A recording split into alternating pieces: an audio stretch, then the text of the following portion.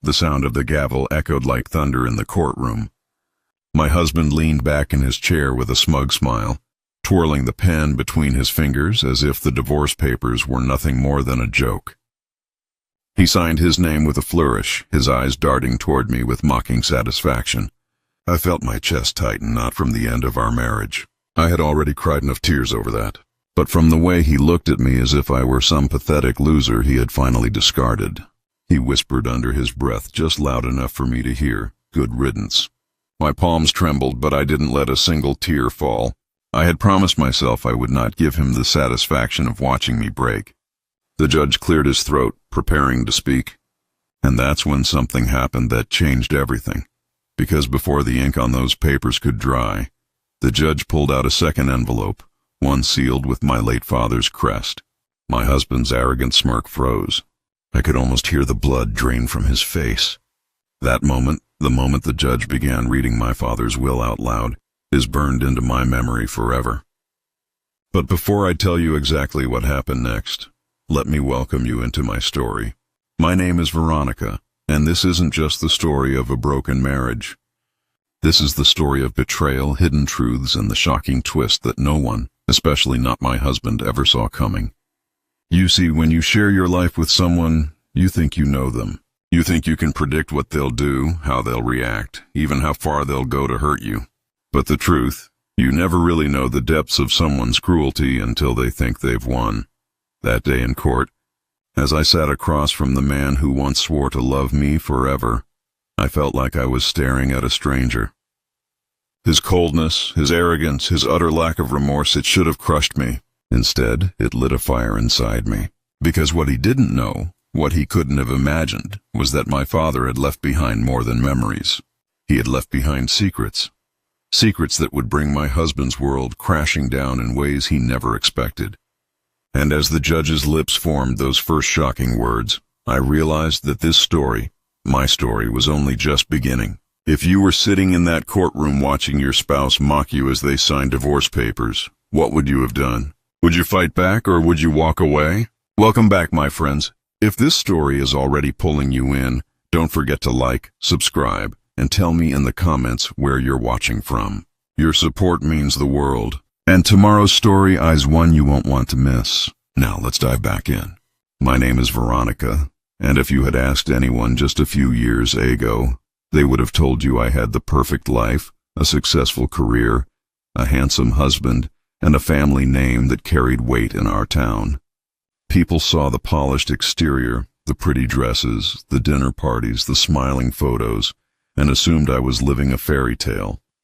But fairy tales are lies. Behind closed doors, my life was unraveling long before we stepped into that courtroom. I met Nathan, my no-ex-husband, when I was 24.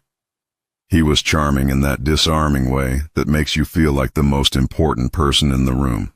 He noticed the little things, like the way I tucked my hair behind my ear when I was nervous, or how I hated my coffee too sweet.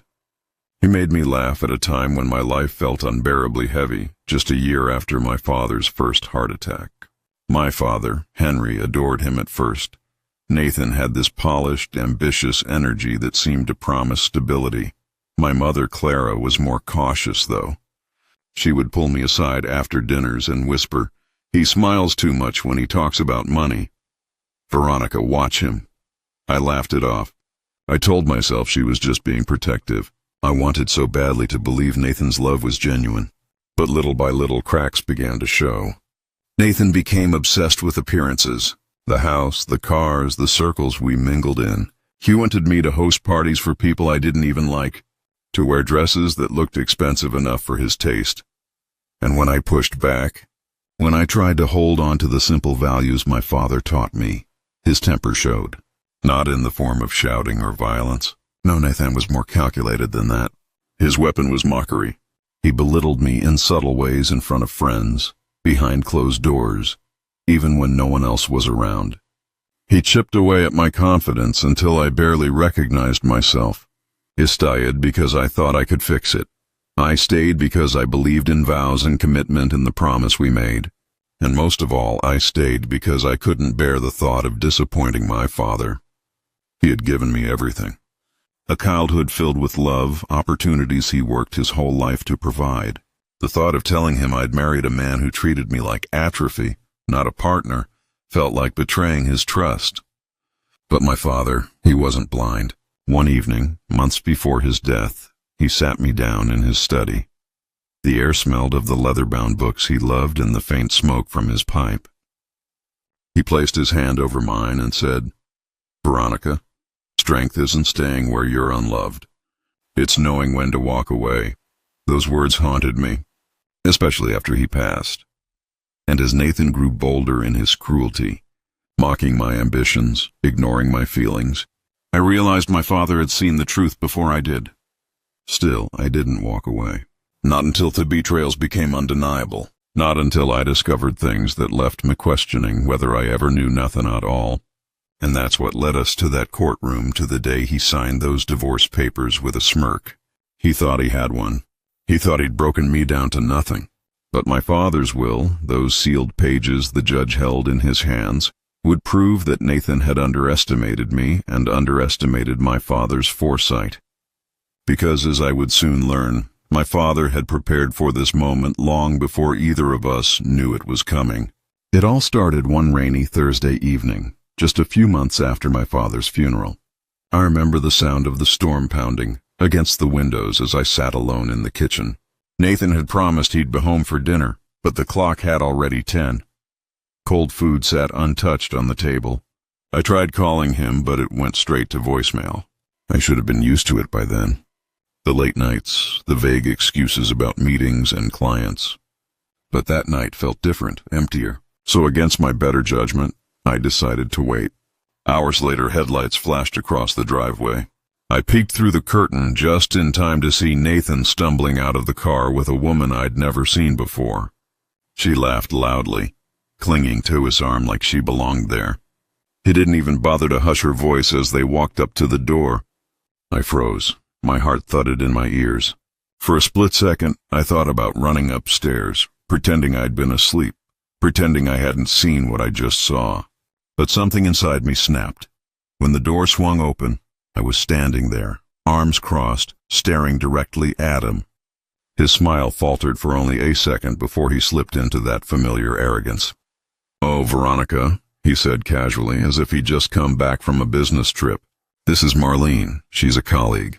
We were working late." Marlene's perfume hit me before her words did. Sweet, heavy, unmistakably intimate. She smirked, brushing her hand against his shoulder like they shared a secret. My stomach turned. "Working late?" I asked, my voice trembling, but steady enough to cut through the air. "At midnight with lipstick on your collar." Nathan chuckled. Actually chuckled. "You're overreacting as usual. Don't be dramatic." That was his favorite word form, dramatic. He used it every time he wanted to dismiss my pain, every time he wanted me to doubt my own eyes, my own instincts. But this time I didn't doubt. I felt the truth settle in my bones. He wasn't just cruel, he was unfaithful.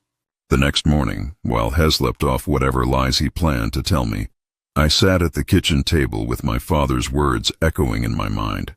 Strength isn't staying where you're unloved. It's knowing when to walk away. For the first time, I allowed myself to imagine life without Nathan. No more insults disguised as jokes. No more lonely dinners waiting for footsteps that never came. No more pretending that what we had was love. That was the day I made a decision. I called Sophia, my childhood friend and the only person I trusted completely. She was a lawyer, sharp, determined, and fiercely protective of me. When I told her what I'd seen, she didn't hesitate. "Veronica," she said firmly, "you deserve better than this. Let's end it. I'll handle the paperwork." Filing for divorce felt both terrifying and liberating. Terrifying because Nathan wasn't the kind of man who accepted defeat quietly. Liberating because for the first time in years, I felt like I was reclaiming my life. But what I didn't know then, what none of us could have known, was that my father had already written me into a battle far greater than just divorce. His will, sealed and waiting in the judge's hands, would expose truths Nathan had spent years hiding. Truths that would turn Nathan's smug smile into the mask of a desperate man. The moment the divorce papers were filed, Nathan's mask began to crack. At first he tried charm. I showed up with flowers I didn't want, cooking my favorite pasta like nothing had happened. "We can work through this," he said, flashing that practice smile. But when I didn't melt the way used to, his tone shifted. "You'll never make it without me, Veronica," he hissed on night. "You think people respect you? They only respect your last name. Without me, you're nothing." It was almost laughable. Him trying to take credit for my father's legacy, as if marrying me had made him the man he pretended to be. But deep down his words stung. Years of mockery had left scars I couldn't erase overnight. Sophia became my anchor. She reminded me of the woman I used to be, the one who studied late into the night, who fought for promotions, who believed her worth came from within, not from a man's validation. She urged me to document everything, his insults, his infidelity, even the way he tried to intimidate me. But Nathan wasn't just cruel, he was calculated. He started turning friends against me. Mutual acquaintances, once greeted me warmly, began avoiding meet events. I'd hear whispers, lies he'd spread about me being unstable, emotional, even unfaithful. One evening, Sophia stormed into my apartment, slamming her briefcase onto the table. "He's trying to drag you through the mud in court," she warned. "He's painting himself as the victim." I laughed bitterly. "The victim?" After everything he's done, Sophia leaned closer, her eyes blazing. "That's his game. He wants you rattled. Don't let him win." Despite her confidence, I couldn't help but feel fear gnawing at me. Nathan had resources, connections, and a charm that fooled people easily. What if the court believed him? What if I walked away with nothing? Not even my dignity. And yet, there was something I clung to. Something Nathan didn't know. My father's will. Though I hadn't seen the contents, I remembered his strange words in those last days. "Veronica, I've made sure you'll be protected no matter what happens." At the time, I thought he meant emotionally, but when my mother mentioned that he had updated his will before he passed, a spark of hope lit inside me. Still, hope wasn't enough to shield me from Nathan's venom. He grew bolder with every confrontation. One night, after a particularly heated argument, he leaned so close I could feel his breath on my face. "You think your precious daddy's money will save you?" he sneered. "You're weak, Veronica. Always have been." "I'm going to take everything from you." His words echoed long after he stormed out, slamming the door behind him. For hours I sat on the floor, shaking, not from fear of losing material things, but from realizing how far he was willing to go. Nathan didn't just want freedom, he wanted destruction. And yet, even in my darkest moments, my father's words kept coming back. "Strength isn't staying where you're unloved. It's knowing when to walk away." But what Nathan didn't realize was that walking away wasn't the end for me. It was the beginning. Because the will would show him exactly how wrong he was. The day of our first court hearing arrived like a storm cloud looming over me. I woke up before sunrise, unable to sleep, my stomach twisting with nerves. Sophia met me outside the courthouse, her presence steady and grounding. "You're ready for this?" she assured me, squeezing my hand. "No matter what he throws at us, you're stronger than him." I nodded, though my confidence felt paper thin. Inside, the courtroom buzzed with whispers. Nathan strolled in, perfectly pressed suit, smug smile plastered across his face. He looked like a man certain he was about to win. He even winked at me as though mocking me for daring to challenge him. The judge began proceedings, and for the first hour it was exactly as Sophia had warned. Nathan's lawyer painted me as emotional, unstable, a woman who had overreacted to her husband's late nights and professional relationships. They hinted at financial irresponsibility, claimed I had squandered opportunities Nathan had provided. I wanted to scream at Thales, but Sophia squeezed my wrist under the table. "Stay calm," she whispered. "Trust me." And then it happened. The judge cleared his throat. "Before we continue, there is a matter regarding the estate of the late Mr. Henry Whitmore." My heart skipped a beat. My father. He pulled out a thick sealed envelope stamped with my father's crest. Nathan's confident expression flickered for the first time. As executive of Mr. Whitmore's estate, the judge continued, "I am required to read a section of his last will and testament into record as it directly impacts these proceedings. The courtroom went silent. I could hear the faint tick of the clock on the wall, the shuffle of papers, even the nervous cough of someone in the back row. My father's voice echoed in my memory. "I've made sure you'll be protected." The judge began to read aloud. "To my beloved daughter, Veronica, I leave full ownership of the Whitmore family estate, including all business holdings, assets, and trusts. Furthermore, I hereby revoke any prior agreements or claims that may have been extended to her spouse, Nathan Whitmore." Gasps rippled through the room. Nathan's face drained of color, his jaw clenched as he gripped the edge of the table. But the judge wasn't finished. In addition, he read, his voice steady, "Should my daughter ever face betrayal within her marriage, I direct that all financial benefits, accounts, and privileges extended to her spouse through our family name be immediately terminated." I felt tears sting my eyes, not from sadness, but from awe. My father had seen this coming. He had known Nathan's character long before I admitted it to myself, and he had left behind a shield to protect me. Nathan shot to his feet. "This is outrageous," he barked, slamming his palm on the table. "He can't just the judge's gav struck." "Sit down, Mr. Whitmore. These are legally binding documents." For the first time, Nathan looked small. His arrogance, his swagger, it all faltered as the reality sank in. He hadn't just underestimated me. He had underestimated my father.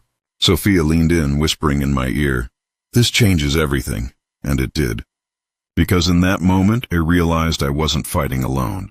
My father's love reached beyond the grave, protecting me even when I couldn't protect myself. But what I didn't know then was that this revelation was only the beginning. Nathan wasn't the type to back down quietly. If anything, this humiliation would push him to strike harder, darker, and more desperate than ever before. If you discovered a hidden protection your parent had left for you, one that could completely turn tables, how would you feel? Relieved or pressured by the responsibility that came with it? If I thought Nathan would retreat after the judge read my father's will, I was wrong. Humiliation only made him more dangerous. In the weeks that followed, he unleashed every weapon he'd left. My phone buzzed constantly with messages from acquaintances. "Is it true you cheated on him? I heard you're unstable. Veronica, are you okay?" Lies, all of them, spread like wildfire. Nathan painted himself as the poor, heartbroken husband, abandoned by his cold, ungrateful wife. He charmed reporters into writing sympathetic articles, even staged photos of himself looking devastated in public. It was a performance, and the world bought tickets. But the cruelest blow came when he went after the one thing that mattered most to me, my reputation of the Whitmore Foundation, the charity my father had built and entrusted me to run. One morning I walked into the office, only to be met with cold stares. Whispers swirled as I passed, and when I reached my desk, a letter was waiting. It was a petition signed by several board members requesting my removal as director. The accusations: mismanagement of funds, emotional instability, and negligence. I felt my knees buckle. Nathan had poisoned them against me. I locked myself in my office, staring at the walls as panic closed in. Everything I had fought to preserve, my father's legacy, his life's work, was slipping through my fingers, and Nathan was Theon pulling the strings. That night, he sat alone in my apartment, the silence pressing down like a weight. The city lights outside flickered, but inside everything felt dark. I thought of my father, of the promises he made to protect me, and for the first time I wondered if even he had underestimated Nathan's cruelty. I picked up the phone and called Sophia. My voice cracked when she answered. "He's destroying me, Sophia, piece by piece. I don't know how much more I can take." There was a pause. Then her voice came steady and strong. "Veronica, listen to me. This is exactly what he wants, for you to give up. But you're stronger than this. You have truth on your side, and I will not let him ruin you. Not while I'm here." Her words should have lifted me, but that night they barely kept me afloat. I curled into bed, clutching my father's old watch to my chest, whispering a prayer into the darkness. Still, despair clung to me. I began to question everything. Had I been foolish to file for divorce? Was I doomed to spend my life fighting Nathan's shadow? Was it truly strong enough to survive this storm? The breaking point came a few days later. I received an anonymous envelope with photos inside. Grainy images of me leaving dinner with Sophia, but the captions scrolled beneath them were vile. Veronica caught cheating with her lawyer. I dropped the photos onto the table, my stomach turning. This was Nathan's work. He wasn't just trying to ruin my reputation. He was trying to isolate me from the only person who stood by me. Tears blurred my vision as I whispered into the empty room. "What more do you want from me, Nathan? Haven't you taken enough?" For the first time, I felt truly hopeless. I had nothing left but a stack of lies and a heart so heavy it threatened to break. And yet somewhere in that despair, a quiet voice stirred inside me. My father's voice. Strength isn't staying where you're unloved. It's knowing when to walk away. But this time, I realized walking away wasn't enough. I had to fight back. I just didn't know how yet. The photos were the last straw. Nathan thought he could humiliate me into silence. But instead, he lit a fire I didn't know still burned inside me. The morning after receiving the envelope, I looked at myself in the mirror. Red eyes, tired face, shoulders slumped under the weight of everything. For a moment, I barely recognized the woman staring back. But then I whispered aloud, "This isn't me. This isn't who my father raised." I remembered the way he used to hold my hand as a child, his voice steady and warm. "Veronica, when people try to break you, it's because they fear your strength." I refused to let Nathan win by destroying me. He called Sophia and asked her to meet my father's study, the one room in our family estate. Nathan had never been allowed to touch. Dust clung to the shelves, but the room smelled faintly of cedar and old books my father sent, still lingering like a quiet blessing.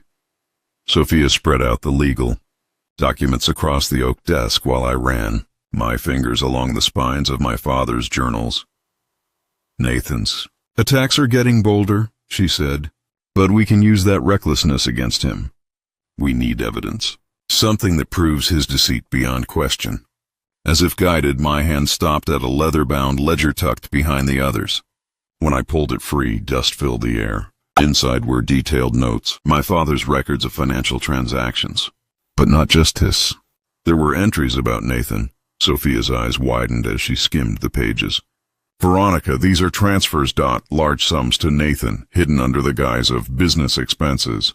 My chest tightened. My father had been tracking Nathan's greed all along. He'd left a paper trail, a weapon Nathan never imagined we'd find. "This," Sophia whispered almost reverently. "This is exactly what we need. Proof of his betrayal. Proof of his theft." For the first time in weeks, I felt hope surge through me. My father hadn't just left me protected in his will. He had left me the tools to finish this fight. That evening, Sophia and I sat by the fireplace, strategizing. The glow of the flames danced across her determined face as she laid out our plan. "We'll submit this ledger to the court. Not only will it prove Nathan siphoned money, but it will show he tried to manipulate the estate for his own gain. Once this comes out, his credibility will be destroyed." I leaned back, clutching the journal-tomey chest. "It's like my father knew I'd need this someday. He's still guiding me even now." Sophia smiled softly. "And you're finally ready to fight with everything you have." The next few days were a blur of preparation. I gathered statements from colleagues who had seen Nathan's cruelty firsthand. Sophia pieced together timelines, highlighting every inconsistency in Nathan's stories. We built a case brick by brick, each piece stronger than the last. But the turning point wasn't just about strategy, it was about me. One evening, I stood on the balcony of my apartment, the city lights twinkling below. For the first time in months, I felt a calm determination settle over me. Nathan had tried to convince me I was weak, but the truth was the opposite. He had only revealed just how strong I could be. And when I pictured his smug smile crumbling under the weight of his own lies, I knew I was ready. The next hearing wasn't just going to be about divorce. It was going to be the reckoning Nathan never saw coming. The day of the final hearing arrived, and this time I walked into the courtroom with my head held high. No trembling hands, no wavering steps. I wasn't the same broken woman Nathan had mocked at the beginning of this ordeal.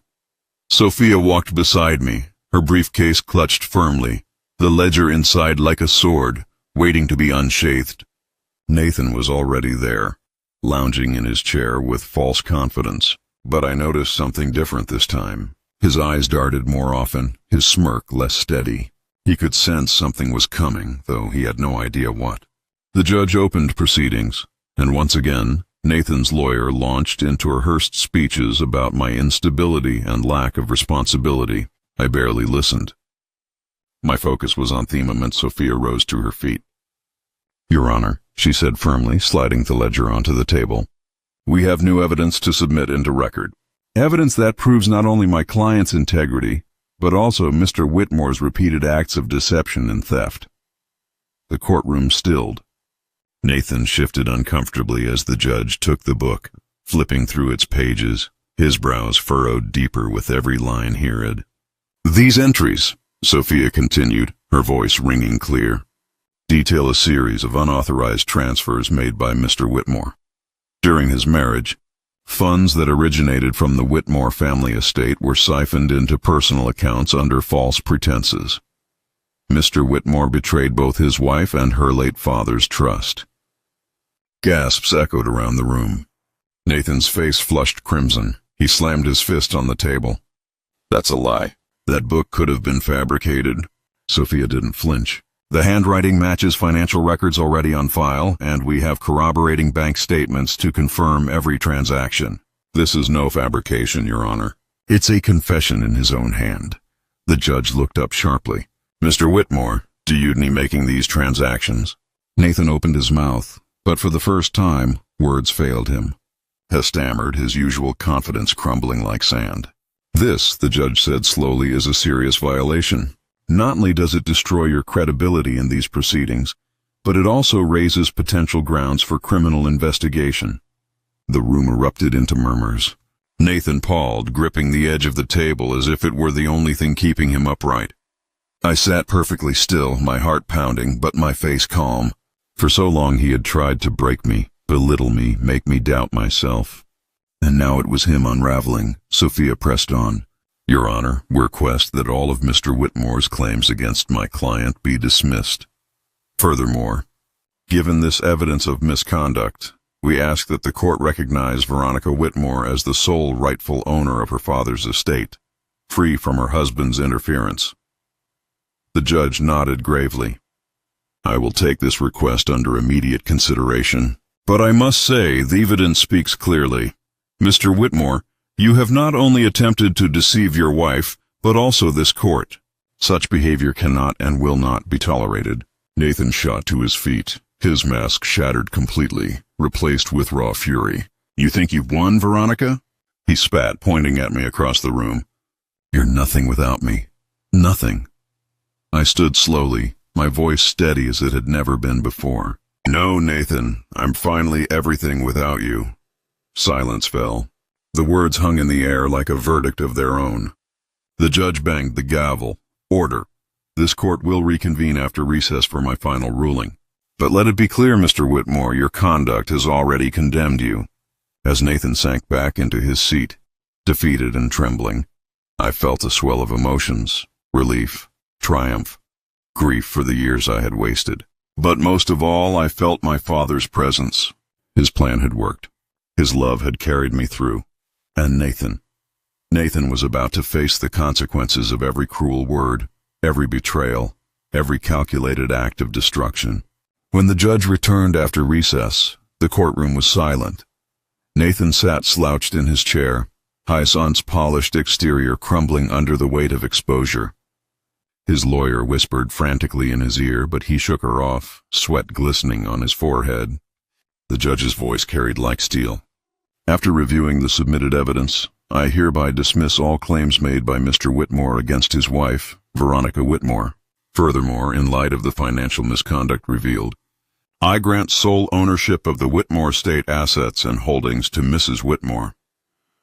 Mr. Whitmore, your actions warrant further investigation, and you'll be referred to the appropriate authorities." Gasps rippled through the courtroom. Nathan's mouth opened, but no sound came. He had lost completely, undeniably. Sophia squeezed my hand, exhaled a breath I hadn't realized I was holding. My father's will had not only protected me, it had delivered justice. As the gavel struck for the last time, Nathan erupted. "This isn't over. You'll regret this, Veronica." The bailiff moved toward him as the judge snapped, That's enough, Mr. Whitmore. But I didn't flinch. I looked him straight in the eye, calm and steady. No, Nathan, I said softly but firmly. The only person living with regret now is you. Those words were my closure. Outside the courthouse, the autumn air felt lighter, cleaner. Reporters swarmed, microphones shoved toward me, questions flying. How does it feel to win? Do you have any comment about your husband's downfall? I simply replied, the truth always wins. My father taught me that, and today proved him right.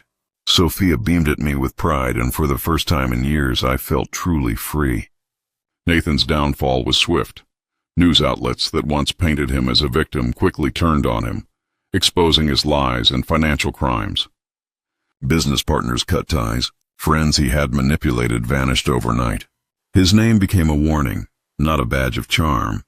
The man who once mocked me as nothing without him was now stripped of everything he had built on deceit. That was his karma. Not just losing me, but losing the mask he had worn for so long. As for me, I returned to the Whitmore Foundation with my head held high. The board who doubted me apologized. Their signatures of betrayal now meaningless against the truth. I restructured the charity, dedicating it to helping women find strength in the face of betrayal and hardship. Every project, every life touched, felt like a tribute to my father's legacy. One evening, months later, I stood in the study again. The fire crackled and my father's ledger rested on the shelf where I'd found it. I whispered into the quiet, "Thank you, Dad. You saw the truth before I did. You saved me." And though the room was silent, I felt him there in the strength that had carried me, in the justice that had been served, in the peace that finally filled my heart. This was no longer the story of a woman broken by betrayal. It was the story of a woman who rose from it, who reclaimed her voice, her dignity, and her future. And Nathan, his story ended exactly as it should, in the ruins of his own making. What do you think? Was Nathan's downfall a no justice? Or do you believe true karma is living the rest of his life, knowing he lost the woman who once loved him? Share your thoughts in the comments. Thank you for watching this story to the end. If you enjoyed this story, you'll surely love the next one. It's as crazier and more intriguing as you can ever imagine. So do check it out. Click on the image showing on your screen right now to watch the next. The hall was bright with lights, music, and laughter. Rich men and women in fine clothes raised their glasses, smiling as photographers took their pictures. It was a world of class and money, a world that did not welcome Sylvia. Sylvia held her small purse close and walked into the grand gala. Her heart was beating fast. She was looking for her husband, Alex Wilson. She had dressed in her best gown, though it was plain compared to the glittering dresses around her. The gown clung tightly to her large body, and her wide figure drew quick, judging stares. Sylvia was very fat, and everyone noticed. In a place where slim women were praised as elegant, Sylvia's size made her an easy target. The moment she stepped inside, whispers began. "Isn't that Alex's wife?" one woman said, covering her mouth with a laugh. "Sure is," another replied, smirking. "She looks so out of place. How can she be that fat and still show her face here?" Sylvia swallowed hard, her eyes scanning the room. She ignored the cruel words and kept walking. Then a sharp voice cut through the noise. "Well, well, look who decided to show up." It was Linda Wilson, Alex's mother. She stood tall in a gold dress, her eyes cold as ice. People around her turned to watch. "Why are you here, Sylvia?" Linda sneered loudly, making sure everyone could hear. "This is a high-class event. You don't belong here. Look at you, huge, sloppy, shameful. My son deserves better." "I don't want trouble. I'm just looking for my husband," Sylvia said quietly, trying to stay calm. Linda laughed, shaking her head. My son has outgrown you. You think a fat woman like you can keep him? You've already brought shame to him and to this family." Next to Linda stood Nora, a young, beautiful woman with shining hair and a confident smile. She leaned close to Linda and whispered, but loud enough for Sylvia to hear. She really thought she could stand beside Alex? Just look at her. No wonder he left her. She's pathetic. The guests chuckled. Their eyes pierced Sylvia's heart like knives. Sylvia's face burned with shame. She looked down at her dress, her shoes, her trembling hands. She knew her size made her stand out here, and everyone was using it against her. Still, she tried to stay strong. Her voice shook, but she forced herself to speak.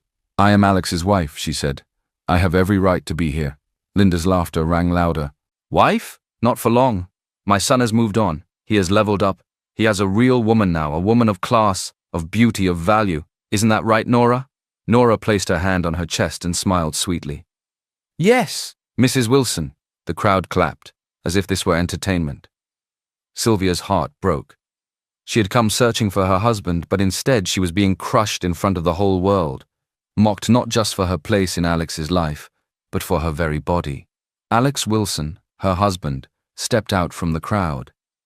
He looked sharp in his black suit, tall and confident, as though he belonged in this glittering world far more than she ever could.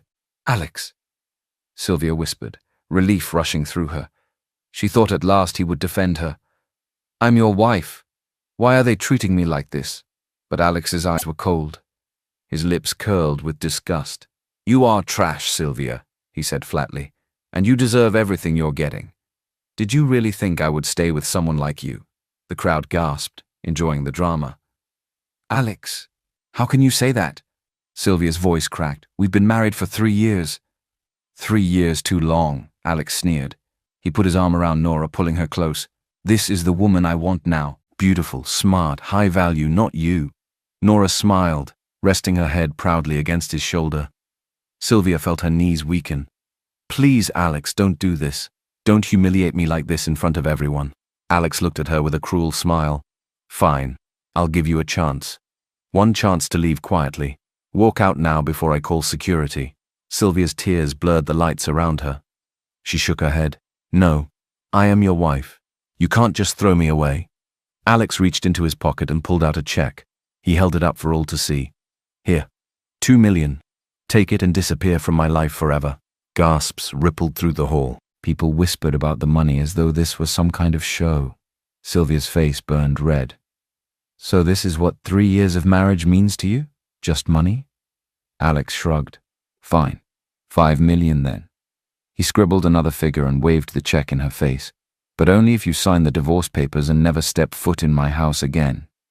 "Our house," Sylvia said bitterly. "My house," Alex corrected sharply. "You are nothing to me now." Nora chuckled and added, "You hear that, Blimpy? Even 5 million can't cover the shame you've brought." Sylvia's fists tightened at her sides. Her whole body shook with anger and humiliation. Then Linda's voice rang out. "The ring! Hand it over!" Sylvia blinked. "What?" "The emerald wedding ring," Linda said, stepping forward. "That ring belonged to my family. You don't deserve it. Give it back." Sylvia clutched her hand protectively. "No, it's my wedding ring. You can't take it." "It's not yours anymore," Alex snapped. He grabbed her wrist and tried to pull it off. Nora joined in, yanking at Sylvia's hand. Guests gasped as the struggle turned rough. "Stop! Let go!" Sylvia cried, fighting them off. "How dare you! You people are monsters!" Her hair fell loose, her gown twisted, and her body trembled as the laughter and whispers grew louder. At last she wrenched her hand free, clutching the ring tightly. "Fine!" she screamed, tears streaming down her cheeks. "I'll leave. But hear me well.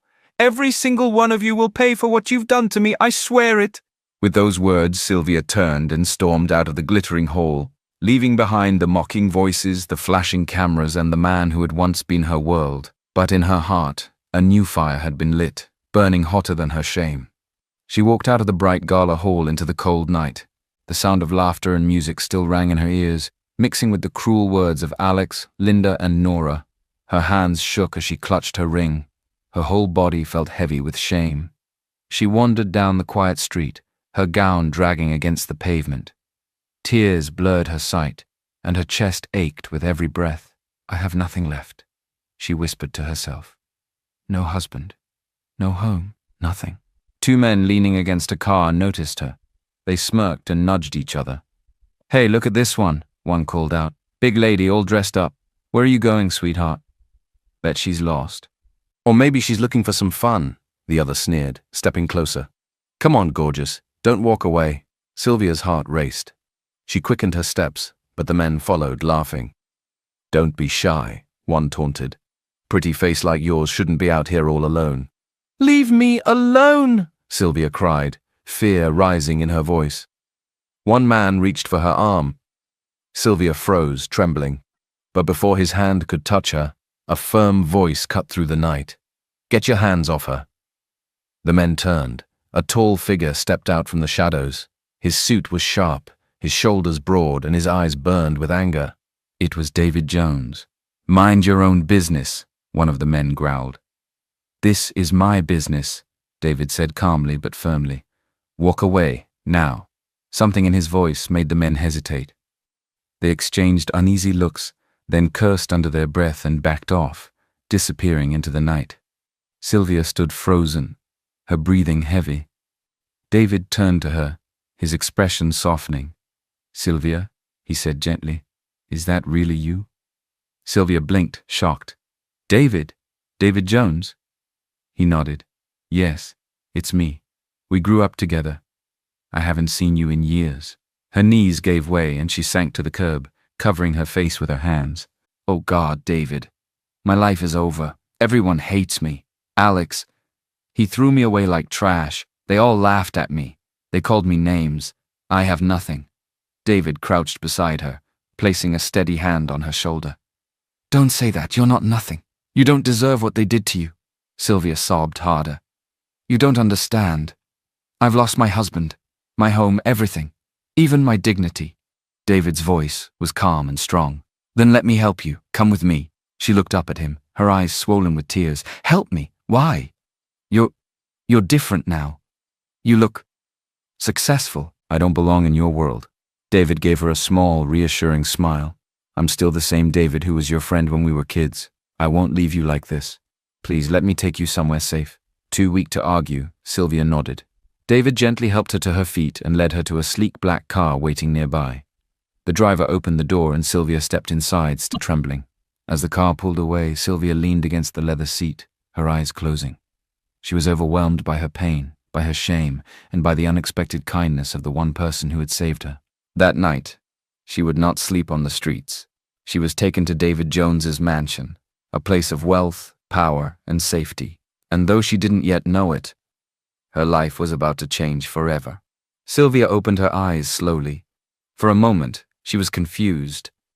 The ceiling above her was high and decorated with smooth white molding. The sheets were soft and smelled of lavender. Sunlight poured gently through tall glass windows. Then she remembered.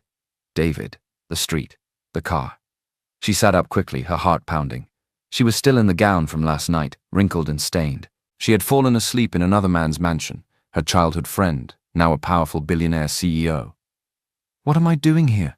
She whispered to herself, panic rising. A maid knocked softly and came in carrying a tray of tea. Good morning, Mom. Mr. Jones left early for a meeting. He asked us to make sure you were comfortable. Sylvia looked down at her hands, ashamed. I shouldn't be here. I need to go home. The maid tilted her head gently. Are you sure? You seem very tired.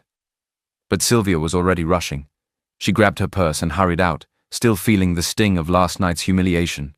She thought of her home, her one safe place, and prayed it would give her comfort. But when she arrived, her chest tightened. A large moving truck was parked in front of the house. Men carried out boxes, furniture, and clothes, pieces of her life. Stop! Sylvia cried, running forward. What are you doing? This is my house. One of the movers glanced at her with pity. Ma'am, we were told to clear everything out. Orders from the owner. The owner? Sylvia gasped. I am the owner's wife. A familiar laugh answered her. You were, said a voice. Sylvia turned. Alex and Nora walked up the driveway hand in hand, dressed perfectly, smiling as though they were on parade. Alex, Sylvia whispered. Please. What is going on? Alex pulled a folder from his briefcase and held it out to her. Divorce papers. All you have to do is sign. This house belongs to me now, according to the prenup.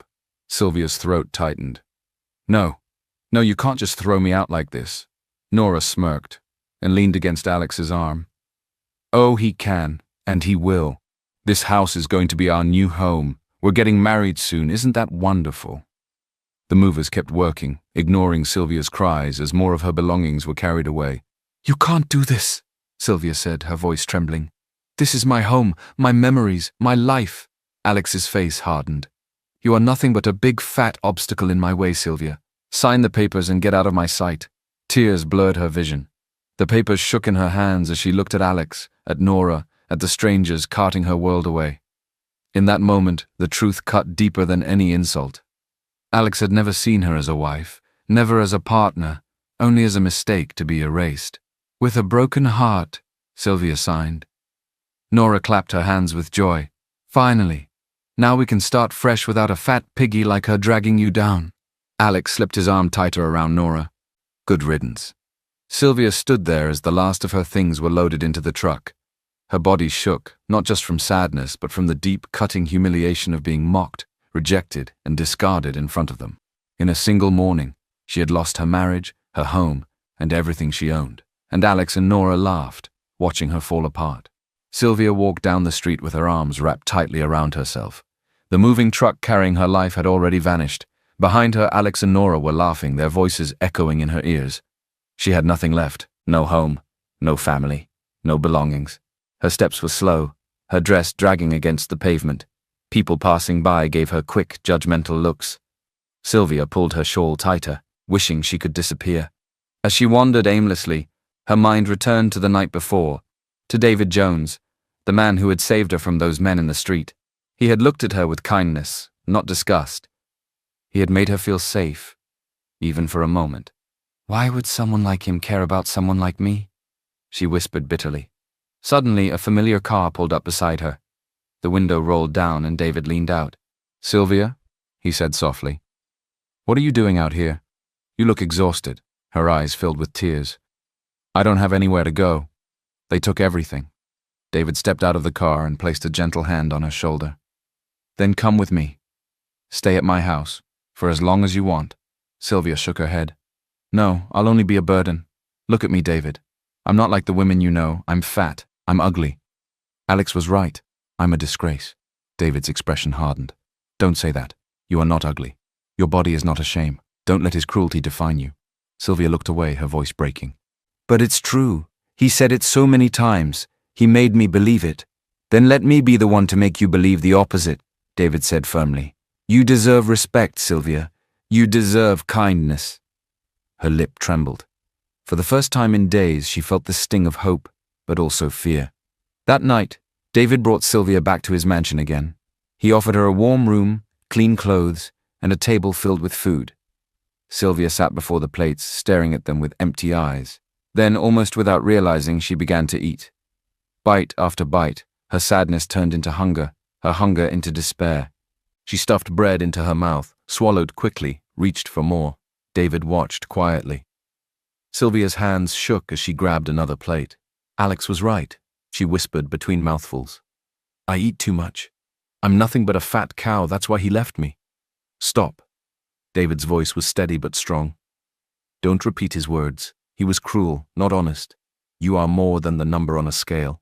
Sylvia's tears fell onto her plate, but she kept eating until she was too full to move. David sighed and knelt beside her chair. "You are hurting, but you're not alone anymore, Sylvia. Not as long as I'm here." For the first time, Sylvia allowed herself to believe him, just a little.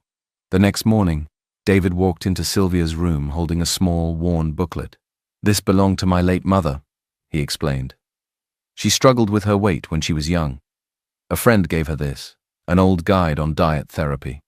Not dieting like people do today, just eating real, simple food and taking care of herself." Sylvia took the booklet in her hands. The pages were yellowed, the corners bent. Did it help her? David smiled softly. Yes, but not just with her body, with her confidence. She felt stronger, healthier, happier. Sylvia touched the cover, uncertain. "Do you think it could help me?" David sat beside her. "Only if you want it. I'll never force you.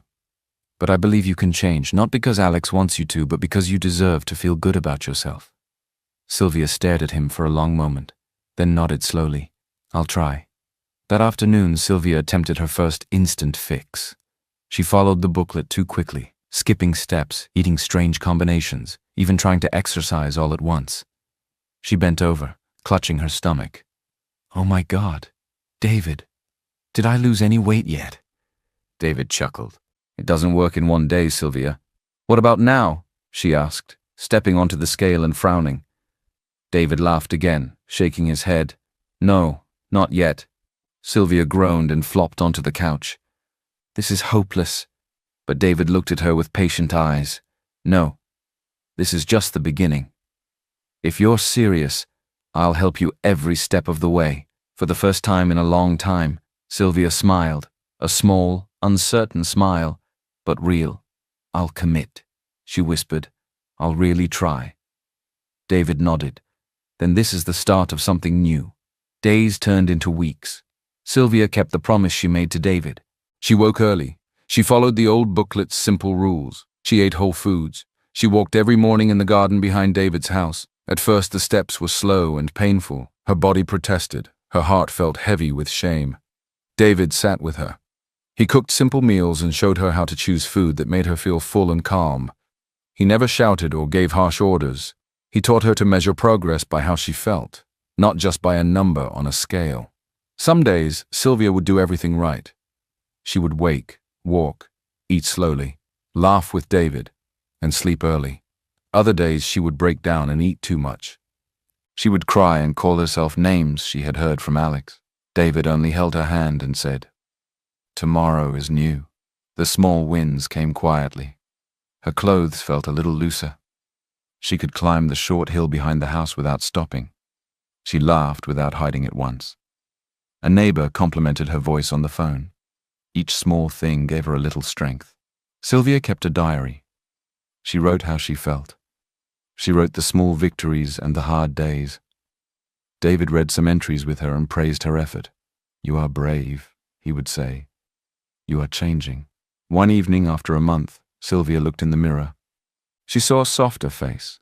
Her shoulders sat lower. Her breath felt easier. She told David about the night she first met Alex. How at first he had been kind and proud to be with her. How she believed in him and worked to support his dreams. She had helped him in small ways. She had listened. She had given him courage. She had been loyal. And then one day, Sylvia said, her voice thin with memory, "He changed. He forgot me. He forgot all the nights I stayed up worried about his work, helping him solve major crises behind the scenes. He used me like a stepping stone. He wanted to climb. When he reached the top, he pushed me away. And he did it because of my size. Because I was fat." David listened, his face soft. "People who use others forget how to be human," he said. "They choose what looks good for them, not what is real." Sylvia felt the old anger flare again. It burned hot and clean. She had been ashamed for so long. Now the shame turned into something else. It turned into a plan. Time passed. Sylvia's steady routine began to show real change. Her face slimmed. Her arms looked firmer. Her voice grew steady and sure. She walked with more confidence. David bought her some new clothes that fit her new shape. They were simple and elegant. They made her stand straighter. One morning, after a long walk, Sylvia stopped and looked at David. "I want him to see me again," she said quietly. "But not the woman he called names. I want him to see someone he will fall for. Someone beautiful, strong, and impossible to ignore." David's eyes narrowed with careful thought. "You mean revenge?" he asked. Sylvia breathed out slowly. "Not violence, not cruelty. I want him to feel the pain of losing me. I want him to know what it is to be betrayed and used. He will not just lose his wife. He will lose his pride, his public image, his power. He will watch me become what he once dreamed of, and he will learn what he did to me." David did not smile. He did not add details. He only nodded.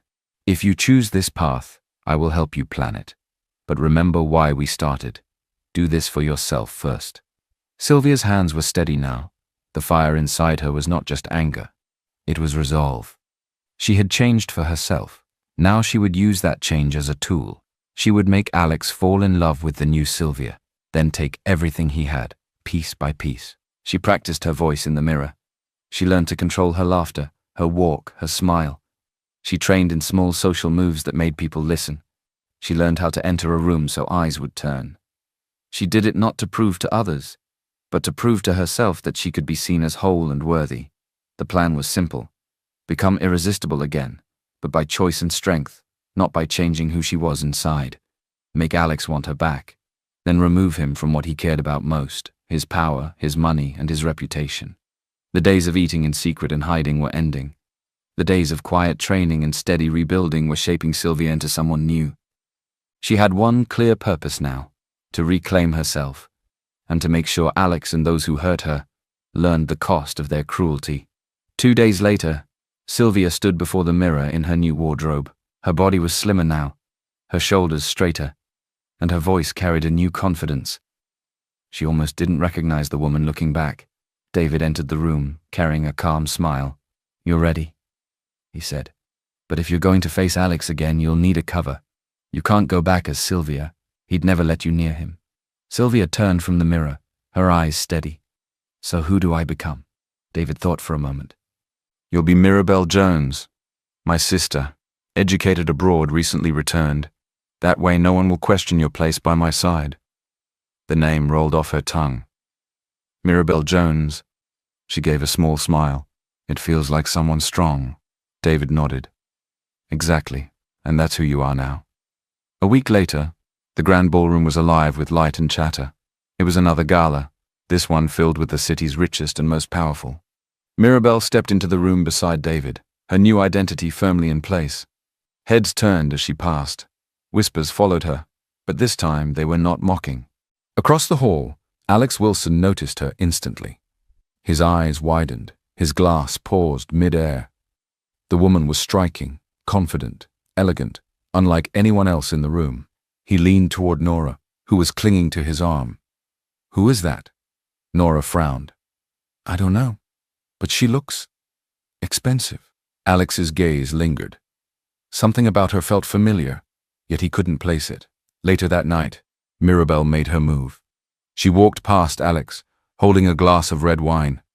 With a carefully timed step, she stumbled slightly and let the wine spill across his crisp white shirt. "Oh," she gasped, pressing a hand to her lips. "I'm so sorry." Alex stiffened, looking down at the stain. "What the—" Before he could finish, Mirabelle pulled a neatly folded shirt from her bag. "Here, please. I always carry an extra for my brother, and I thought you might need one. Let me help you." Alex hesitated, then allowed her to guide him aside. She slipped him the clean shirt, her fingers brushing his hand.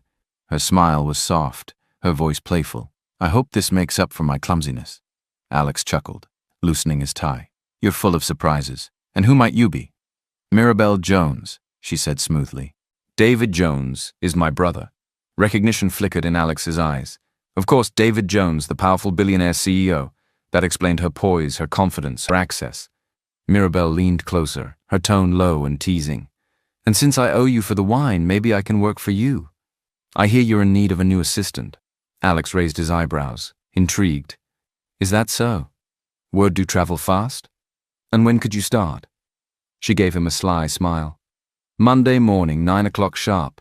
Alex studied her, drawn in by her presence. "I'll hold you to that." As he walked away with the clean shirt in hand, Mirabelle tucked the stained one into her purse. She smiled to herself. Not only had she set the tone, but she had also kept a piece of evidence, something she could use later if needed. The game had begun. That night, after the gala, Alex returned home with Nora. He slipped into the bedroom quietly, hoping to avoid her sharp eyes. But as he undressed, Nora noticed something on his back. She narrowed her eyes. "Alex? What's that?" Alex froze. "What's what?" "Those scratch marks." Nora pointed, her voice cold. "On your back. Don't tell me you got those at a business gala." Alex quickly pulled his shirt back on. "A waiter spilled wine on me. I had to change. It was chaos, that's all." Nora folded her arms, glaring. "Do I look stupid to you? Who gave you that new shirt?" Alex forced a laugh. "Just a replacement. Nothing important." But Nora wasn't convinced. Her lips pressed into a thin line. "Fine. If that's how you want to play it, then sleep on the couch tonight. I don't want you in my bed." Alex sighed, defeated, and walked out with a pillow in hand. The couch felt harder than stone, but he knew better than to argue with Nora when her temper burned. Monday morning came quickly. The glass towers of Apex, Alex's company, gleamed under the rising sun. Employees bustled through the revolving doors, their heels clicking against marble floors. At exactly 9 o'clock, Mirabelle Jones walked in. Her slim figure, elegant dress, and calm confidence turned heads instantly. She carried herself with poise, her heels tapping lightly as if she had walked those halls 100 times before. Yet inside, her heart beat fast. This was the start of her plan. Alex was already in his office when she entered. For a brief moment he forgot to breathe. She looked even more stunning in the morning light. "Good morning," Mirabelle said smoothly, setting a folder on his desk. "Here are your memos for the week, already organized. I've also arranged your meetings and blocked time for the board review on Thursday." Alex blinked. "Already? You've only just arrived." Mirabelle smiled politely. "That's what assistants are for." A knock at the door interrupted them. Mark Stevens, the vice president of Apex, walked in with a broad smile. "Alex, congratulations," Mark said warmly. "I heard about your new hire, and I must say you've chosen well." He turned to Mirabelle, shaking her hand firmly. "Welcome aboard. I'm Mark. We'll be working closely." Mirabelle's handshake was steady, her smile confident. "It's a pleasure to meet you, Mr. Stevens. I'm ready to give my best." Mark looked back at Alex with approval. "She's already making an impression. You've struck gold this time." Alex glanced at Mirabelle, his intrigue deepening. She wasn't just beautiful, she was competent, composed, and impossible to ignore. And just like that, day one at Apex had begun. The day at the office ended with praise all around. Mirabelle's first day had been flawless, schedules neatly arranged, memos sent out, and even Mark Stevens had been impressed. Alex leaned back in his chair, watching her leave the office with an admiring smile. Outside, Mirabelle walked toward her car. She slipped the key in, turned it, and frowned. Nothing. She tried again. Still nothing. She sighed loudly, pretending to be frustrated, though her eyes glimmered with quiet satisfaction. This was part of her plan. Just as she expected, Alex appeared. "Car trouble?" he asked, slipping his hands into his pockets. Mirabelle looked up, her face embarrassed, but soft. "It won't start. I don't know what's wrong." "Don't worry about it," Alex said smoothly. "I'll give you a ride home." The drive was quiet at first, the city lights flickering past. Alex stole glances at her, admiring the calm way she sat, the faint smile on her lips. When they reached David's mansion, the front lights were on. David was already at the door. His eyes narrowed slightly when he saw Alex's car pull in. "Thank you for the ride," Mirabelle said sweetly, touching Alex's arm lightly as she got out. "No problem at all," Alex replied, his gaze lingering. David stepped forward, forcing a polite smile. "Alex Wilson. Didn't expect to see you here. Just helping your sister," Alex said casually. The two men shook hands, the gesture stiff. The air between them was thick with tension. David's jaw tightened as he noticed how Alex's eyes followed Mirabelle. "Well," David said firmly, "thanks for bringing her home. We'll take it from here." Alex nodded, but not before giving Mirabelle one last look. "See you tomorrow, Mirabelle," she smiled faintly. "Good night, Alex." Later, in her room, Mirabelle sat at her desk, her mind turning. She thought about Alex and about the past. The city garden project flashed in her memory, the tender proposal she had once drawn up. She had worked for weeks on it, pouring in her heart and vision. But Alex had dismissed her, calling her a disgrace, saying no one would take ideas from a fat woman. He had stolen her work and erased her from the credit. Her jaw tightened. "He'll regret that," she whispered. She remembered Nora too, the woman who had mocked her body, laughed in her face, and stolen her husband. Sylvia's heart still ached with the memory. But now she smiled coldly. She will know how it feels to be cheated on. The plan was simple. Nora's jealousy was sharp, always ready to explode. All it would take was the right spark. The next night, after everyone left Apex, Mirabelle stayed behind in the office. She waited until the building was quiet. Then she picked up the office phone and dialed Nora's number. The call connected. "Hello?" Nora's voice snapped through the line. Sylvia lowered her tone, making it smooth and deliberate. "I just wanted to let you know. Mr. Wilson may be coming home late tonight. We're working on something. Important." She let the silence hang before gently placing the phone back on the receiver. A slow smile spread across her face. Let the fire begin. Somewhere across the city, Nora's hand tightened around the phone. Fury lit her eyes. Without waiting, she grabbed her coat and stormed out of the house. The trap was set. Sylvia still perfect in her role as Mirabel knew the call had done its work. Nora would come storming in. She only had to make sure the scene was set. Soon, she walked quietly into Alex's office carrying a steaming bowl of goat meat pepper soup and a chilled bottle of champagne. The rich, spicy aroma filled the air. Alex looked up, surprised. "What's this?" "Dinner," Sylvia, in her disguise as Mirabel, said smoothly, placing the tray on his desk. "I thought you might need something to keep you going. You've been working hard." Alex leaned forward, inhaling deeply. His eyes lit up. "Goat pepper soup, my favorite. And champagne? How did you know?" Mirabel gave a soft, knowing smile. "I'm good at noticing people.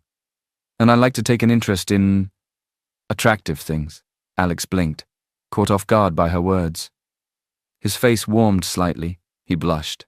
They sat together, the light dim in the office. Alex ate with satisfaction, talking more freely than usual. Sylvia listened, laughing at the right moments, leaning just close enough to make him feel drawn to her. The trap was working. Then the door burst open. Nora. Her eyes burned as she saw them together. Alex jumped to his feet, nearly spilling the soup. Mirabel calmly rose, smoothed her dress, and slipped out of the office without a word. But her lips curved into a victorious smile as she walked down the hallway. "Inside," Nora exploded. "You filthy liar!" she shouted, shoving Alex's chair. "So this is why you've been coming home late? It's not what you think." Alex tried, but Nora's rage drowned him out. She slapped the wine bottle off the table. It shattered on the floor, spraying champagne across the carpet. "You humiliated me, Alex, after everything I gave you!" The shouting turned violent. Nora clawed at his shirt. Alex pushed her back, but in the struggle, her nails slashed across his face. "Ah!" Alex cried out, clutching his eye. Blood trickled down his cheek. "Good," Nora spat, breathing hard. "Now wear that scar as a reminder. If you think you can treat me the same way you did with that fat bitch, then you are wrong." She stormed out, slamming the door so hard the glass rattled. The next morning, Alex walked into the office wearing dark sunglasses. Whispers followed him through the hallway. Mark raised his brows but said nothing. David, who was leaving after dropping off Sylvia, noticed immediately.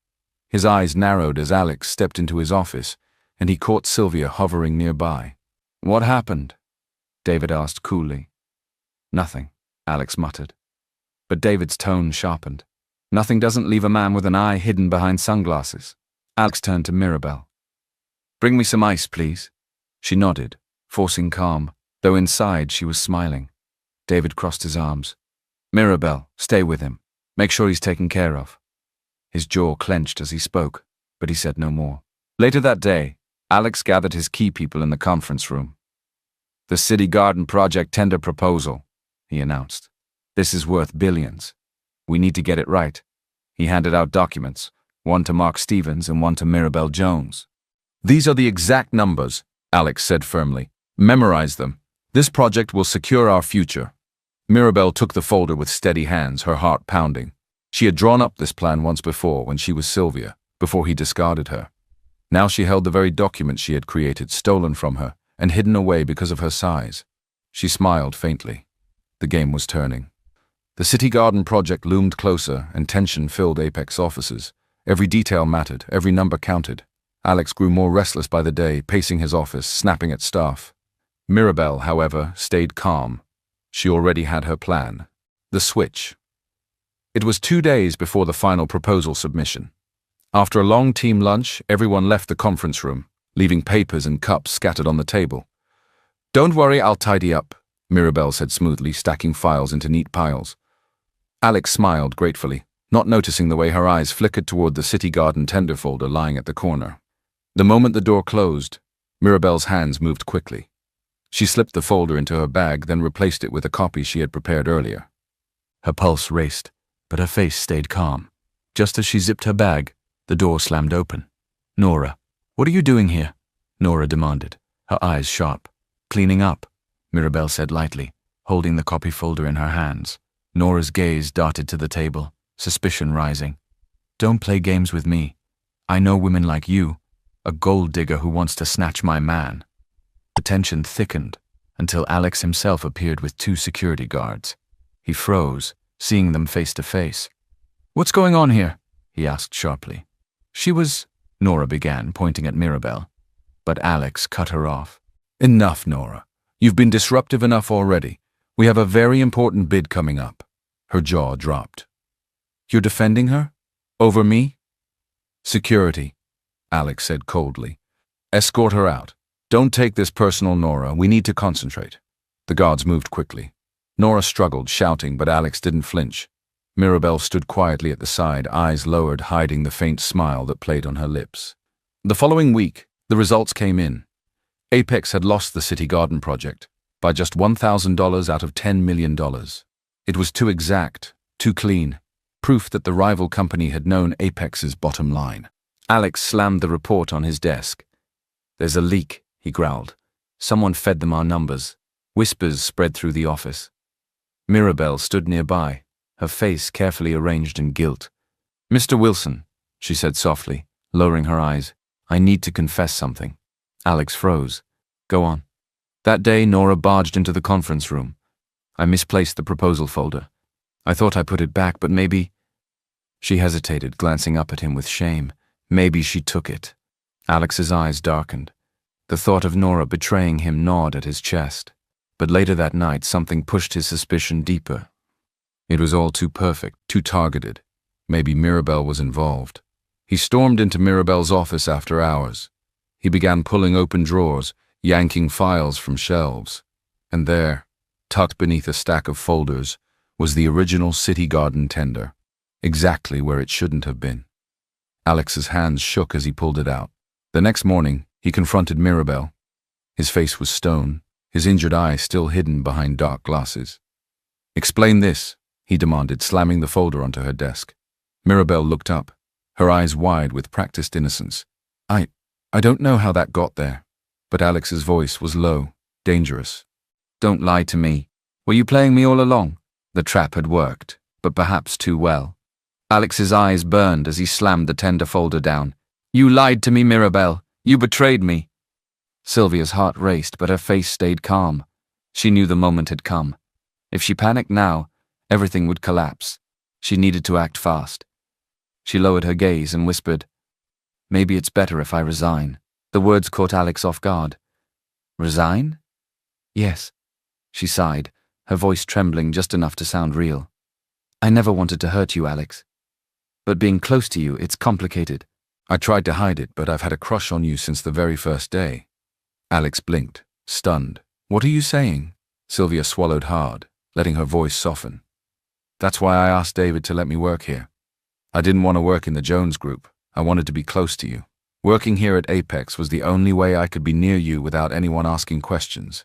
I didn't mean for it to go this far. Please, don't be angry. Alex's anger faltered.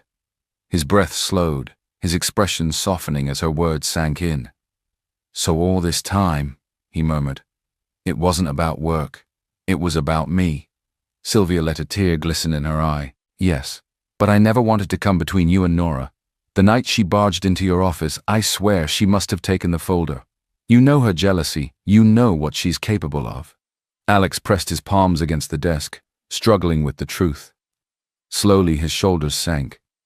You're right, he said bitterly. She's been nothing but chaos. He moved closer, his voice gentler now. Mirabelle, listen to me. You don't have to resign. Your job is safe. More than that, he paused, his voice dropping lower. I can't deny it anymore. I have feelings for you too. Sylvia's breath caught, but she kept her control.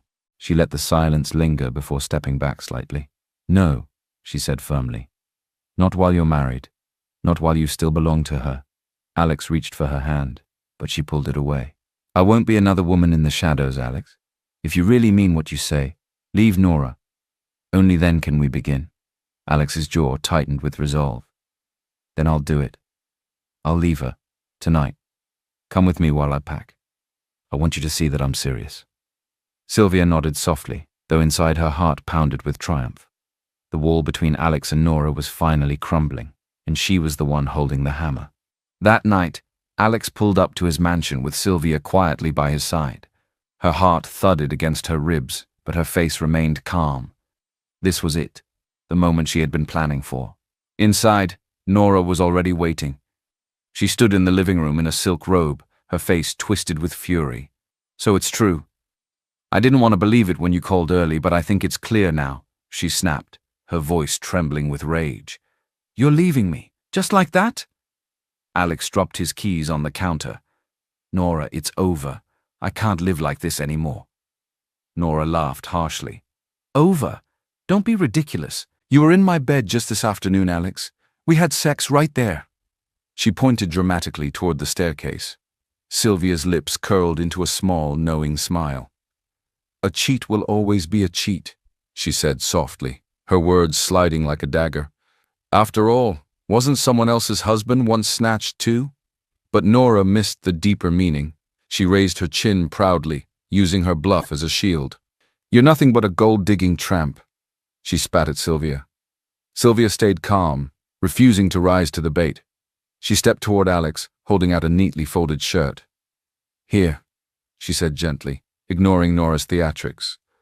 "Wear this instead of the mess she left you in." Alex accepted the shirt without hesitation. He didn't even glance at Nora. That hurt her more than any insult could. "Come on," Alex said firmly to Sylvia. "We're leaving." As they walked out, Nora's voice cracked with venom. "This isn't over, Alex. I'll make sure both of you regret this." The door slammed behind them. The next morning, Nora stormed into Linda Wilson's grand sitting room. She flung herself onto the couch, her face red with anger. "Linda, you have to listen to me," she pleaded. "That girl, Mirabelle, she's a gold digger. She's trying to ruin Alex. You must make him fire her before she destroys your family." Linda pursed her lips, tapping her manicured fingers against the armrest. "A gold digger?" she repeated slowly. "That's a very serious claim." Moments later, Mirabelle was summoned. She entered with quiet poise, her elegant dress flowing around her, her head held high. Linda's eyes widened slightly. Mirabelle exuded wealth and grace, nothing like the desperate woman Nora had painted. David's voice cut smoothly through the tension. "Mirabelle is my sister," he said calmly. "She comes from the Jones family. I don't think you're aware just how respected her name is." Mirabelle smiled faintly and inclined her head. "It's true, Mrs. Wilson. My family has always believed in integrity, not chasing titles or riches." Linda studied her carefully, then leaned back with a sigh. Compared to Nora's frantic accusations, Mirabelle's calm elegance was disarming, and she had indeed heard so much about the prestigious David Jones, so his sister must be as highly placed as well. "Well," Linda said at last, her tone softening, "it seems I misjudged you. You are nothing like the women who hang around my son for his money. You clearly have more than enough of your own." She reached for Mirabelle's hand and squeezed it warmly. "Forgive me, dear." Sylvia lowered her eyes modestly, hiding the flash of triumph in them. The same Linda who had once called her a fat disgrace was now siding with her without the faintest idea who she truly was. Her revenge was only just beginning. Linda's change of heart was swift. With a warm smile, she leaned toward Mirabelle and David. "You must both join us for lunch tomorrow. It will do the family good to spend more time together." Sylvia lowered her eyes modestly. "That would be an honor, Mrs. Wilson." "Please, dear," Linda said quickly, patting her hand. "Call me Linda." Sylvia's heart surged. Step 1 had worked. The following day, the Wilson dining room glittered with polished silverware and tall candles. The long mahogany table was set for a feast. Linda sat at the head, Alex at her right, and Mirabelle beside him, with David across from her. "Such a beautiful family gathering," Linda said, raising her glass. "It feels like the start of something wonderful." Mirabelle smiled faintly. "Yes, it does." As the meal progressed, the talk shifted from pleasantries to business. Linda leaned forward, curiosity in her eyes. "So, David," she said, "tell me, what's keeping you so busy these days? I hear your ventures are multiplying." David dabbed his lips with a napkin before speaking, his tone calm but calculated. "Well, there's something confidential," he said, lowering his voice as though letting them in on a secret. "A few insiders know about it, but it hasn't hit the market yet. Brightech, you've heard of them? Of course, Alex said quickly. Everyone has. A giant. Exactly, David continued. Well, Brightech is heavily backing a smaller company, Novatech. Word is Novatech is preparing to unveil a breakthrough in artificial intelligence. A new algorithm that could change the entire tech landscape. Mirabelle kept her expression neutral, sipping her wine, though her chest fluttered with satisfaction. David leaned closer. When the announcement hits, billions will be made by those who invested early. But as I said, he glanced meaningfully between Linda and Alex. Very few know about it. Very few. Linda's eyes widened. And you're telling us? David gave a slight shrug. Well, family deserves to be in the circle. But you must promise me secrecy, not a word outside this room. Of course, Linda said eagerly. We would never. Alex straightened in his chair, his eyes shining with ambition. If what you're saying is true, this could double our wealth overnight. Exactly, David replied smoothly. That's why it's critical to act quietly and quickly. Linda reached for Sylvia's hand again, excitement bubbling in her voice. Thank you for trusting us with this. You are truly a blessing, Mirabelle, truly. Sylvia smiled sweetly, but behind her calm eyes, Sylvia's plan tightened like a noose. The seeds were planted. Linda and Alex had swallowed the bait whole. That very night, Linda could not contain her excitement.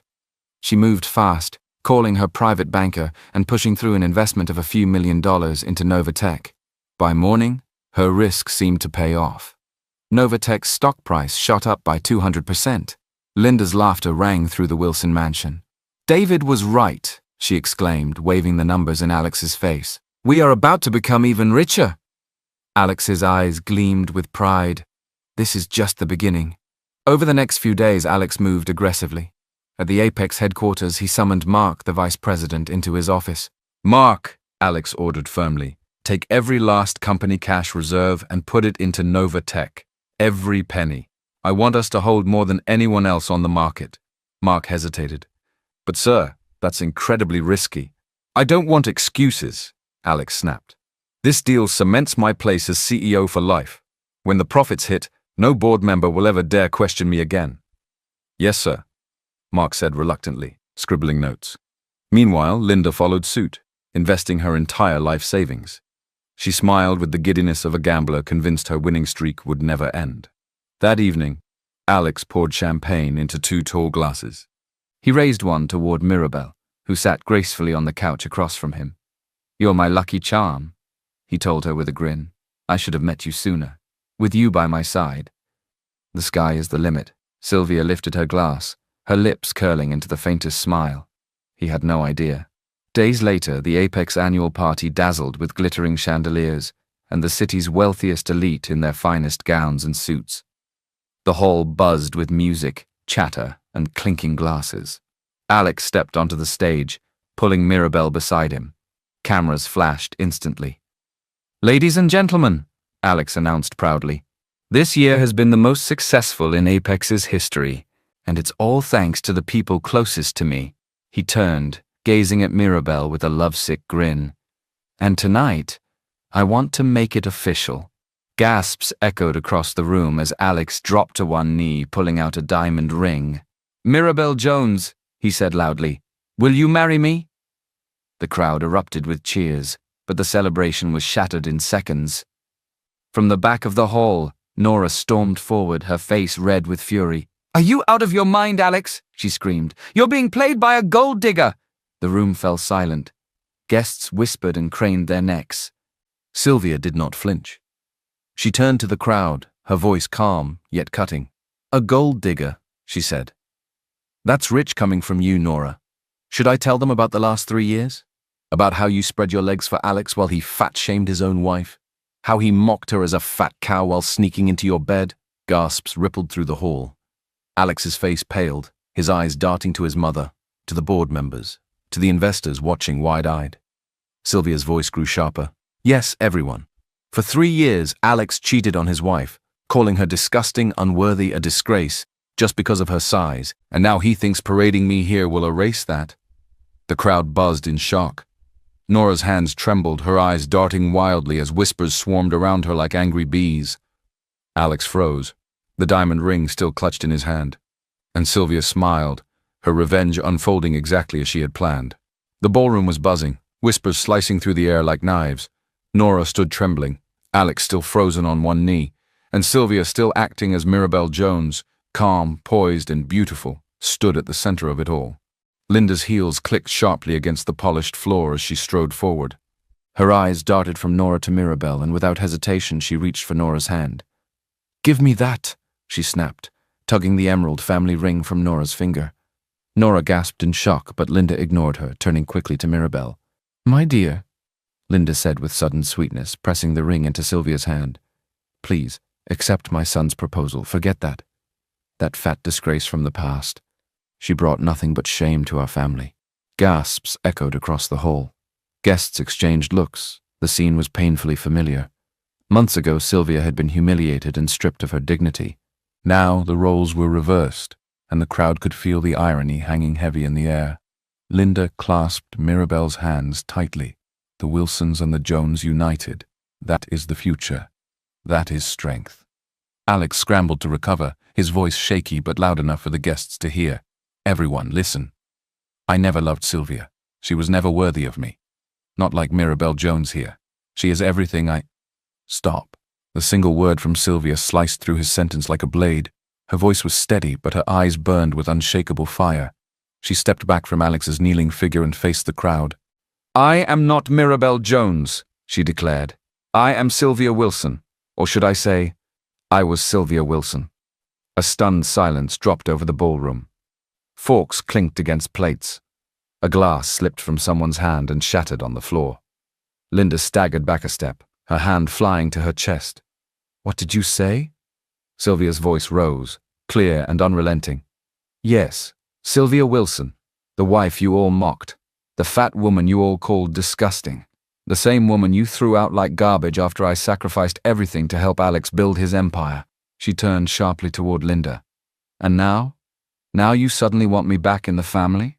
As if your son is some prize, swapping women whenever he's bored?" Linda's face drained of color. Alex sat frozen in complete motionlessness, and Nora erupted with a scream. "You lying cow! You'll always be the fat pig who disgusted everyone. You think anyone here will ever respect you?" Sylvia took a slow step forward. Her eyes locked on Nora's twisted face. Her voice was steady, almost calm. "How does it feel?" she asked, her lips curling into a sharp smile. "To finally get a taste of your own medicine." The hall buzzed louder, the weight of Sylvia's words settling on every stunned guest. For once it wasn't her who stood humiliated under the lights. It was them. The room was still buzzing with gasps and whispers when Alex tried to find his words. He stood frozen, the ring box trembling in his hand, his eyes darting helplessly between Sylvia, his mother, and the stunned guests. Just then, his phone buzzed violently in his pocket. He pulled it out, his face draining of color as he answered. "What?" he barked into the phone. On the other end, a panicked voice shouted, "Sir, Novatech has collapsed. The stock is down to pennies. Everything's gone." Alex staggered back a step, his knees nearly giving way. No, that's impossible." Linda's phone chimed next. She fumbled to answer, her hand shaking. "Hello? What do you mean wiped out? My entire account?" Her voice cracked into a wail. "No, that was my life savings." The crowd erupted in shocked murmurs. Before Alex could recover, Mark, the Apex vice president, rushed into the hall, his face pale. "Mr. Wilson, I'm sorry, but the company's reserves, all of it, gone. We're insolvent. The board is already meeting. They want you out immediately." Gasps and camera flashes lit the ballroom as investors, reporters, and guests whispered fiercely among themselves. Alex's face twisted, his voice breaking into a shout. "This is sabotage! Someone set me up!" David Jones stepped forward calmly from the edge of the room. His tall frame and steady eyes commanded silence. "No, Alex, this was greed. You gambled everything and now your empire has collapsed. Misappropriating company funds. The board will press criminal charges. You've destroyed yourself." Alex's eyes flared with desperation. "If you think I'll just—" David cut him off with a raised hand, his voice firm and cold. "Don't. Any move you make now will only make your fate worse." He stepped closer, his gaze unwavering. "You never valued what you had, Alex. Not your wife, not your company, not even your family. And now, You've lost it all. David placed a protective hand on Sylvia's shoulder, guiding her away from the crowd. Cameras flashed furiously, but she held her head high, unbothered by the noise. As they walked toward the exit, the last thing Sylvia heard was Linda's anguished sobs and Alex's broken cry echoing through the grand hall. The next morning, the headlines spread like wildfire. Apex Group collapses. CEO Alex Wilson arrested for fraud. Cameras swarmed the courthouse as Alex, once arrogant and untouchable, was led away in handcuffs. His sunglasses couldn't hide the fear in his eyes. Inside the holding cell, the door clanged open. Nora walked in, dressed sharply, holding a file of divorce papers. She dropped them on the table with a thud. "You're finished, Alex," she hissed. "Sign these, I'll take everything you have left." Alex let out a hollow laugh. "Everything?" "There is nothing, Nora. Not a single dime. I didn't just use the company's money. I poured all my personal fortune into Novatech, too. My savings, my investments, all gone." Nora's eyes widened in disbelief. "You fool. You absolute fool." She snatched the papers back and stormed out, her heels echoing with fury. The next day, Linda showed up at the detention center, Nora by her side. For once, they were united, but not in loyalty. "This is your fault," Linda screamed, slamming her palm on the table. "You dragged my name into the mud. You pushed me, mother," Alex shouted back. "You never cared about me. You never liked Sylvia. You only about appearances. You wanted power through me, and now look at us." Nora cut in, her voice sharp as glass. "You're both pathetic. One blinded by greed, the other by pride, and now you expect pity. Please." The three of them argued until guards dragged them apart, the chaos spilling through the cold walls of the room. Alex slumped in his chair, broken. Meanwhile, at David's mansion, the atmosphere was quiet and warm. Sylvia sat on the balcony overlooking the garden, a cup of tea in her hands. David joined her, carrying that calm strength she had grown to lean on. "You did it," he said softly. "You have your life back. No more chains, no more shame. From now on, you can be whoever you want to be." Her eyes glistened as she turned to him. "I couldn't have done it without you, David. You believed in me when no one else did. You gave me strength when I had none." He reached for her hand, and for a moment neither spoke. The silence was filled with unspoken emotions. They leaned closer, breaths mingling, the world fading around them. But just before their lips touched, Sylvia pulled back, her heart pounding. David smiled faintly, not pushing her. "In time," he whispered. Later that evening, they regrouped in the study. The fire crackled softly as David leaned back in his chair, studying her. "There's something I've been holding on to," he said, his voice gentle but steady. "A question I never asked. Months ago." Sylvia tilted her head, curiosity in her eyes. "What question?" David's gaze softened. "Something I've wanted to tell you, and to hear from you." The words hung in the air, heavy with meaning, as she waited for him to continue. The firelight flickered softly across the study as David leaned forward, his eyes never leaving Sylvia's. The room was silent except for the gentle crackle of wood. "You asked me what question I wanted to say back then," he said, his voice low and steady. "It wasn't really a question, it was something I wanted to do." Sylvia tilted her head, her heart pounding. "And what was that?" David moved closer, his expression tender yet filled with years of unspoken longing. "I wanted to tell you that I have loved you for a very long time. It never mattered to me whether you were fat or slim, broken or strong. You were always you, and you were always enough." Sylvia's breath caught. Tears welled in her eyes as he continued. "When I came back from the States, all I wanted was to find you again. But by then you were married, and I thought it was too late. Still, fate has its way. It brought us back together, and I won't waste another chance. I will spend the rest of my life cherishing you if you'll let me." Sylvia looked down, her hands trembling. "David, She paused, her voice breaking. "You were always my only true friend. The one person who saw me when no one else did. I pulled back before because I'm scared. I've been hurt so badly, and I don't know if I can survive that again." David reached out gently, lifting her chin so their eyes met. "You'll never have to be afraid again. Not with me." In that moment, the walls she had built around her heart began to crumble. Slowly, she leaned forward, and he closed the distance. Their lips met in a passionate kiss, deep, reassuring, and filled with years of longing and promises unspoken. It wasn't just a kiss of love, but of healing, of new beginnings. When they pulled back, Sylvia rested her forehead against his, a small smile tugging at her lips. Maybe fate really did know what it was doing. David chuckled softly, brushing a strand of hair from her face. Then let's trust it. Together. Outside, the night stretched quiet and calm, as though the world itself had given its blessing. For Sylvia, once mocked, broken, and discarded, it was the beginning of a new life, one filled with love, dignity, and the promise of happiness she had always deserved. Months later, the city buzzed with news of Alex Wilson's trial. The once celebrated CEO now faced years behind bars, his empire dismantled piece by piece. Linda, stripped of her fortune, kept out of sight. Nora had vanished into obscurity, her name whispered only in gossip. But far from the noise, Sylvia found peace. One warm afternoon, she and David walked hand in hand into a new gala, not as a woman mocked and shamed, but as a radiant guest, confident and free. Heads turned, but this time with admiration, not scorn.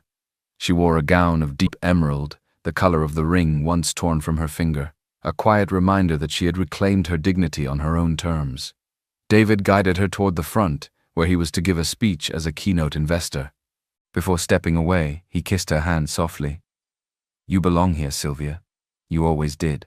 She smiled, her heart swelling. "No, David.